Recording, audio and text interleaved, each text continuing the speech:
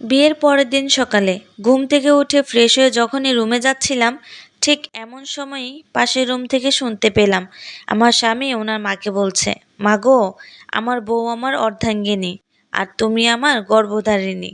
তুমি আমায় পৃথিবীতে এনেছো, আর আমার বউ আমার বৃদ্ধকালের একমাত্র সঙ্গিনী। বাকিটা জীবন তার সাথেই থাকতে হবে। তুমি আমার বউকে কখনো কষ্ট দিও না। জবাবে শাশুড়ি বলছেন, বাবু সোনা, 10 মাস পেটে রেখে প্রসব বেদনা সহ্য করে তোমার জন্ম দিয়েছি। শত শত রাত তোমার জন্য ঘুমাতে পারিনি। হাজারবার তোমার মলমূত্র পরিষ্কার করেছি। তোমার বাবার হাত থেকে বাঁচাতে তোমার করা অন্যায়গুলো নিজের কাঁধে তুলে নিয়েছি, যাতে তুমি ভালো থাকো। এখন তোমার অর্ধাঙ্গিনীকে কষ্ট দিয়ে যদি তোমার জীবনে অশান্তি ডেকে আনি, তবে আমার এত ত্যাগের মানে কি? যে মা সন্তানের জন্য এত কিছু করতে পারছে, সে সন্তানের সুখের জন্য আরেকটা মেয়েকে ভালোবাসতে পারবে না? শাশুড়ি মায়ের কথা শুনে বুকের মাঝে প্রশান্তির বাতাস বয়ে গেল। যতদিন বেঁচে থাকবো তার সেবা করে যাব।